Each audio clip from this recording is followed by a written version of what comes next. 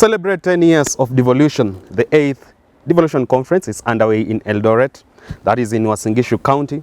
So this far, how about we look, or rather take stock of whether this far we've been able to achieve substantive economic transformation through the devolved units. That is our conversation today here on Business Glide, your go-to point on matters public policy analysis, business and economics at large. And as usual, I'm yours truly, son of the soil, Richard Mwenjo. And with me on this conversation is none other than East Africa's renowned public scholar. Today in a floral shirt, Herman Manyora. Looking all colorful, I mean, so happy. You and Kiraitu Murungi, I've seen he's launched a happiness guide. Yeah, happiness magazine. For old men. No, for people. For people. No. You're trying to achieve happiness by the day. Yeah. Is that the secret to you aging Calling gracefully? somebody old is a violation of human rights. All right. You know that? I know, but I've said... And old age, you know the new definition of old age, from 80. Anybody is a young man. Following the in the footsteps Sisi wote ni maboys. Nini maboys hii town. Yeah. Amwendi kijijini. Na mzee alikuwa Kenyatta na Moi. Sisi wote ni mahomi. And they have passed the baton to Yoweri Kaguta Museveni. Yeah, no. You're following in the footsteps. Yeah, anyway, sir. All right, that off the way, sir. Let's talk the conversation for the day. That is matters this strides we've made this far with regards to devolution and how that has impacted on our economic growth over the 10 years that it has been in place. And let's begin from a general standpoint. When many members of the public woke up to the news that there's going to be another devolution conference, even among the leaders, we saw some really go against it. For example, that is Senator Ledamo Lekina. This is what he had to say. The devolution conference is a waste of public resources. It is a boys and girls club to parade themselves to talk about nothing. I won't attend. That is Ledamo Lekina. However, if you go to the streets, there are many others who have this thought domiciled in them. Is that many Kenyans somewhat consider devolution sort of a butt of all jokes? We really did bite more than we could chew. You know, I don't know where to start. Let's dismiss the conference. It's a typical poor man's way of doing things. A poor man is defined by one thing more than anything else. Which wastage. If you want to look one word that defines a poor man, wastage. Where's the wastage there in the conference? So what is it? What are they doing? Just wasting public resources. Everybody in the county has gone there. Thought leaders. I've attended those conferences. I've been invited to speak in those conferences. But you can't even speak for 2 minutes. It's a waste of time. It's rubbish. Today in Eldoret, these people, they are just there. Parading big vehicles where they have booked all hotels, all good hotels. You can't get accommodation in Eldoret. US ambassador is there. It's just a waste of time. Complete waste of time, man. Money. There's nothing that goes. You can't canvass anything in a crowd.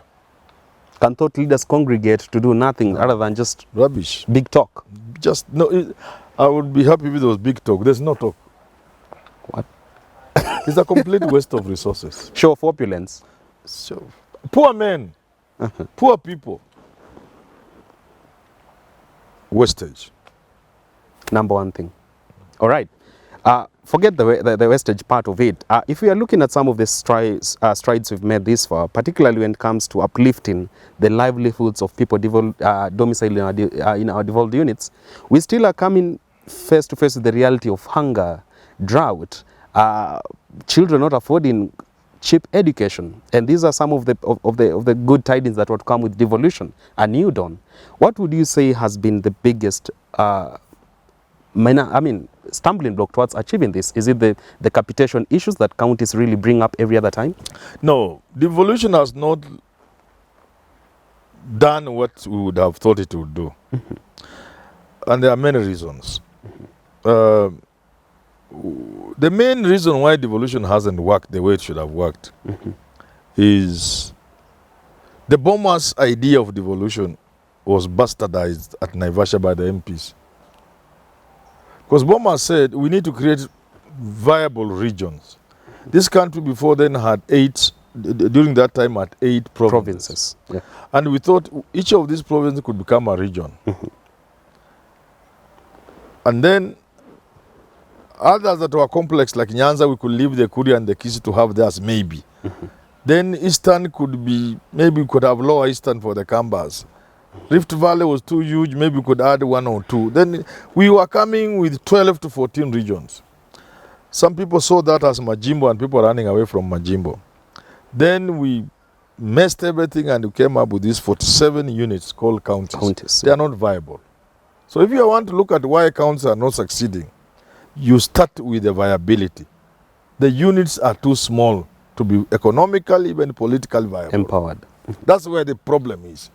So at one point we will have to bite the bullet and either do away with devolution altogether or come up with viable units, about 12 regions, and find space for the counties in some arrangement. Having said that, we must also admit that as unviable as they have also brought some benefits. Some people have seen small things they wouldn't have seen. A tarmac here, a hospital here, a road there, and so on and so forth. But by and large, they are too small to be viable. Secondly, they have not succeeded because the structures were not put in place properly. The laws and the structures. So there's so much wastage. The governor in this country has easy access to government resources than the President of the Republic of Kenya. A county governor. Yes. So a governor can just wake up one day and say a road passes from here to there and awards a contract. A certain person to do that contract. Yes. They may pretend, oh, we have we have plans, we have the budgeting, we have that's rubbish. We all know. It's governors who just issue the contracts to friends and